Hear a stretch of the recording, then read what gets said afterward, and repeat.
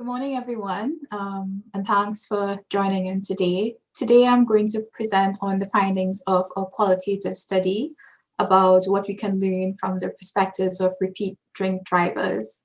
So this study was led by myself under the guidance of Neve as co-investigator. And it was also a pleasure to work with Isa and Amelie as researchers on this project as well. And this project was funded by PACS, which is the Parliamentary Advisory Council for Transport Safety. And it's actually a part of a bigger project that was funded by the Department for Transport about repeat drink driving and drink driving in general in the UK. So for today, I'm just going to go through the background of the project, just touch on the aim and methods, and then with a major focus on the results, and then discussion and conclusions. In terms of drink driving, since 1979, there has been about 1,640 deaths from road accidents involving drink driving. And since then, actually, that figure has dropped a lot. And in 2010, there were about 240 deaths due to involved in road accidents involving drink driving. And between 2010 and since 2010, this number has actually fluctuated between 240 to 250 deaths. However, the provisional estimates for 2019 show that there's an estimated figure of 280 deaths, which is actually the highest increase since 2010. But you should note that this is not a significant increase compared to 2018. However, when you look at the total number of casualties, so that's the number of people killed or injured in 2019, this currently is estimated to be 7,860. And it is actually the lowest on record ever since the drink driving casualties have started to be recorded in the UK. So we were approached by PACS to do this project looking at drink driving, but specifically repeat drink drivers. And the reason for that is that it's thought that repeat drink drivers may engage in more regular drink driving at higher blood alcohol levels, as they may be drinking alcohol in higher quantities and driving on a regular basis. And this has been found in the Druid project, which is a European-based project that happened in 2012. Fast forward a little later, another project or another report that looked at drink driving in Europe, it noted that people convicted of drink driving multiple times may have underlying health problems relating to alcohol misuse or dependency. And we also know that in the UK, 24% of adults in England and Scotland, they drink regularly over low-risk drinking guidelines. And so on this basis, we undertook this project. And so the aim of it was to better understand the experiences and perceptions of repeat drink drivers in relation to motivations, perceived risks, and deterrence. And so we did semi-structured interviews with people who had one or more drink driving convictions, and they had or did not have an alcohol problem. And this alcohol problem, we let participants define what they thought of as an alcohol problem. We did not define this for them. We also interviewed people who drank and drove on multiple occasions, who had an alcohol problem or who did not have an alcohol problem additionally. So that was the main focus for our sampling. So for this, we recruited through various means, mainly through alcohol recovery and addiction services, non-NHS. We advertised through our academic networks, through a drink driving online forum, PPI groups, social media, and word of mouth. So this happened between November 2019 and June 2020. Most of the interviews were done over the phone, and participants were given £30 vouchers. And during COVID times, we would just transfer that by backs to them. So looking at the results, in total, we interviewed 30 people, half of whom were female. And you can see that the age ranges here. So most of them who we interviewed actually were between 40 to 49 years old. Majority were in England and then Scotland. We had 3 from Wales, 1 from Northern Ireland. Of the people we interviewed, 13 said that they had at least 1 drink driving conviction. 1 person had 2 and 1 person had 3.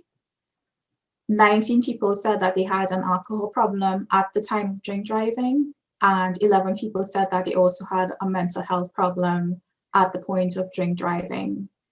So of the 13 people who had a drink driving conviction, 8 were male and 5 were female. 8 had an alcohol problem. And of the 19 people who reported having an alcohol problem at the time, 11 were male and 8 were female. Of the 11 people who reported having a problem, 5 were male and 6 were female. So more or less kind of balance in terms of mental health problems and gender. So just diving into our results now, we wanted to understand what were the varying circumstances in which drink driving took place. And we see that actually there were 4 main categories in which this happened. So the most frequent response related to driving to getting home after socializing. So we see a quote here from Darcy saying that it was actually a very spontaneous event. Every Friday they normally would have a drink, but on this particular Friday, they were drinking a lot more, and she ended up driving home without planning. So a lot of times participants actually did not plan to drive after drinking. Some of them said that they had plans put in place, such as taking alternative transport home or spending the night by a friend or family. But for some reason, these plans were squashed and they end up driving home after their drinking event. And this was at nighttime. Another frequent response was also driving the morning after. And so a lot of participants who drove then, most of them said that they didn't feel drunk then, but for some reason they were caught, usually because they were involved in a minor incident and the police happened to be there. So we could see here Jasmine is talking about the next day, got up absolutely fine, walked the dog, set out for work, driving down the road, and somebody opened their car door and she drove into it, and the police was there and pulled her over. And she was then breath tested, and it was found that she was over the limit. The other circumstance of drink driving in which drink driving happened was when people drove frequently under the influence of alcohol. And this was mainly people who did say that they had an alcohol problem. So, for example, Holly saying, who said that she had she was dependent on alcohol at that point in time, talked about drinking with one friend after work. We drank maybe 3 bottles of wine between us. And then I decided that I wanted more wine. I told her I was walking, but I didn't have my bank card. So I drove the car 20 miles back to my house to get my bank card, to get to the garage, to get wine, and then go back to her house. So at that point in time, the main focus was on getting more alcohol and not thinking about the risk associated with driving under the influence of alcohol. And then the other main type of circumstance for drink driving was driving while experiencing a mental health crisis. So for a few participants said that they had severe mental illness, and one of them is Stephanie, who said she had complex PTSD at that point in time, although it was not diagnosed then. So Stephanie talked about being triggered from time to time, especially when it was very stressful. And in those times, she called it a crisis. She said that I'd start to drink excessively and out of control. And then she would then go in the car, jump in the car and drive without even realizing that it was actually happening, what she was actually doing. So those were the 4 main circumstances of drink driving. And then when we dug a little further into trying to understand, well, for the people who were really aware of drinking and driving, how did they sort of justify it or explain it? And interestingly, most participants, they were actually concerned about causing harm to others. And then second, they were concerned about being caught by the police. So the times in which they chose to drink and drive really was to avoid these two things. So a lot of people talked about driving very late at night or early in the morning, as Ruby is saying here, because there's hardly anyone around. And also a lot of people describe this sort of lack of concern for their own safety. So Ruby goes on to say, if anybody is going to die, it's going to be me. It's not like I'm going to kill anybody else, basically. So it's okay to harm, it's okay whatever happens to me, as long as I don't harm anybody else. Some people also said that they only chose to drive over short distances because, again, the chances of harming somebody else or being caught by the police was very slim, as Leon is explaining here. A very common reason or explanation for drink driving is that a lot of people felt okay to drive. And this is despite reporting having drunk a lot of alcohol leading up to the point in which they got into the car. So Carter here is explaining about, that difference between being intoxicated versus very drunk. And in his mind, being very drunk and getting behind the wheel was drink driving. So he's saying, it was an imbalance of me being intoxicated, which I was, but my ability to think that I could control the situation was obviously misguided. So he's acknowledging that he was, the impacts of his intoxication. So the interviewer is saying, so you knew you were intoxicated, but you didn't feel drunk? Yes, absolutely. So what does being drunk feel like to you then? Or what did it feel like back then? And he says, drunk is something 18-year-olds do in a local park. With a bottle of Frosty Jacks. So that's what being drunk is, and he associated that with drink driving. And then another reason or explanation was about dependency on alcohol and rational thinking. And this really came up with participants who said that they did have an alcohol problem at the time. So they're saying that you rationalize it all the way through. I couldn't leave the house unless I had a drink. So I've got to drive because I'm working. So unless I drink, I can't go to work. So then you're stuck. It is crazy, but it made perfect sense. So showing that this need for alcohol sort of comes above the understanding of the risks or the acknowledgement of the risks in these cases. And then I'll touch on this briefly. We asked about the potential consequences of drink driving or the actual consequences. And what really stood out mostly was the emotional and mental impact that drink driving had on participants, whether they got caught or not. And for some people, that impact was really, really noticeable. So for example, in Jasmine's case, she had a very negative experience with the police. And then that also led to a very negative experience on waiting for a court letter. So her court letter took a very long time to arrive, and she just became very paranoid. So she's saying, I got paranoid when the postman went past thinking what was in it, opening the letterbox every day. I was fearful. Everyone kept on saying, have you heard? It was very difficult to get my life narrative back on track. It was hanging over me like a black cloud. And a lot of people talked about the guilt that they felt when they thought about their actions, even if they didn't get caught or not, and the potential that they may have seriously harmed someone or harmed themselves. So that was the most poignant consequences of drink driving. But people also talked about other things like temporary loss of their driving license, which affected on job and career, sometimes their finances. Some people had to move house. And some people also talk about behavioral changes, mainly in that they actually lowered or cut their alcohol content or drinking. Or some people just said they're a lot more mindful, for example, using breathalyzers. And then we asked about their perceptions of drink driving and drink drivers. And interestingly, a lot of people, when we asked them, did you think about yourself as a drink driver then? They said yes. And they acknowledged that what they did was dumb, dangerous, stupid, irresponsible, that they were taking a risk. Some people, they said that at that point in time, they didn't really think of that they had an alcohol problem, but on hindsight, they realized that they were in denial back then. Some people just said, oh, it was only a one-time thing, but when we dug deeper, began to recall other instances of drink driving that wasn't the one that they initially had in mind when they contacted us.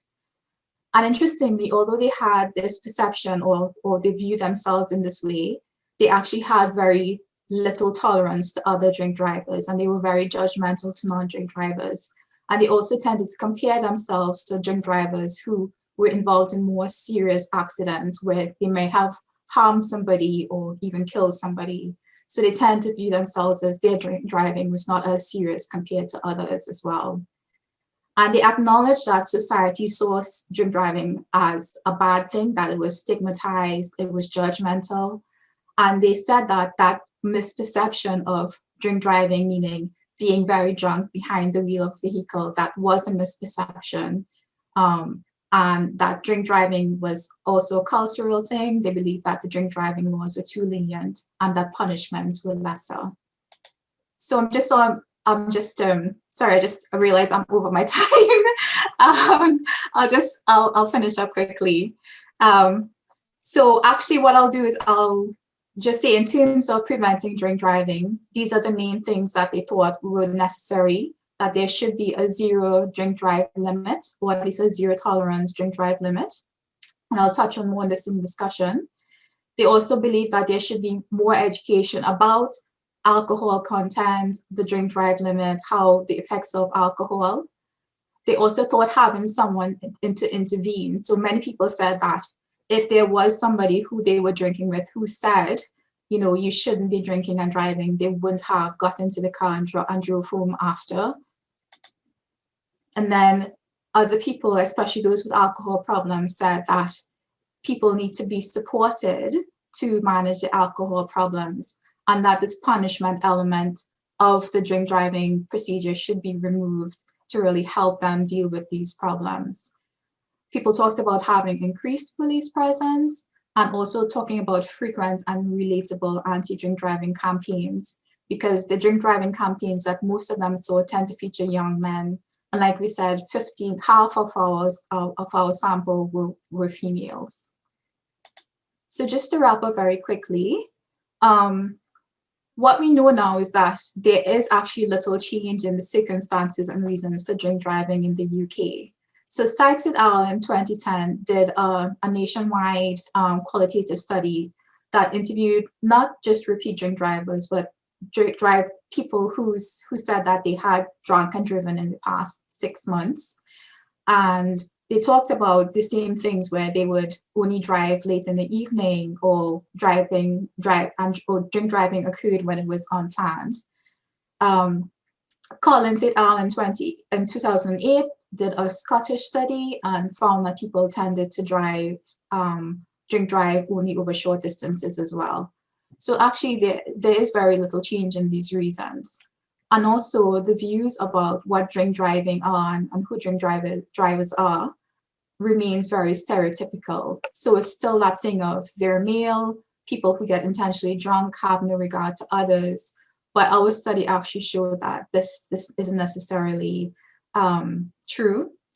And the question is, you know, do people identify as a drink driver all the time, or is it that they only identify as a drink driver in specific contexts? For example, if they are very, very drunk and then get behind the wheel. But we know that drink driving is not that. We also saw the study showed the links between alcohol problems, mental health, and drink driving. So the need for alcohol was more salient than the risks and the consequences. And we saw that the impact that alcohol problems and mental health problems have on people's emotions and judgments. And really, you know, they said that it reduces the awareness of their drink driving behavior. So for them, we're saying that, you know, providing timely and appropriate support is really necessary. And it also then leads back to the wider point about society and the need to have these important discussions about alcohol and mental health. So this is my last slide. So just thinking about preventing drink driving, what became clear from our participants is that they felt that there was definitely a need to have this zero tolerance to drink driving, because it sends a very clear message and it doesn't lend for debate. If it's zero, it's zero, therefore you should not be drinking at all. Also, that there should be increased police presence and enforcement. People should be helped to manage alcohol and mental health problems to prevent future drink driving, but we also have to think about, how to prevent drink driving in this population to begin with. There is a need to look at these drink driving campaigns that we have and how frequent they are. And we also need to think about the awareness and education around the effects and dangers of alcohol, because a lot of our participants, particularly the female ones who said that they had alcohol problems, said that they wish they had known that alcohol, one person said they wish they had known that alcohol was a poison. So those are just some thoughts coming out. So thank you everyone for listening. Sorry that I've been over time. Just want to acknowledge my research team, all our participants, and those who helped with recruitment.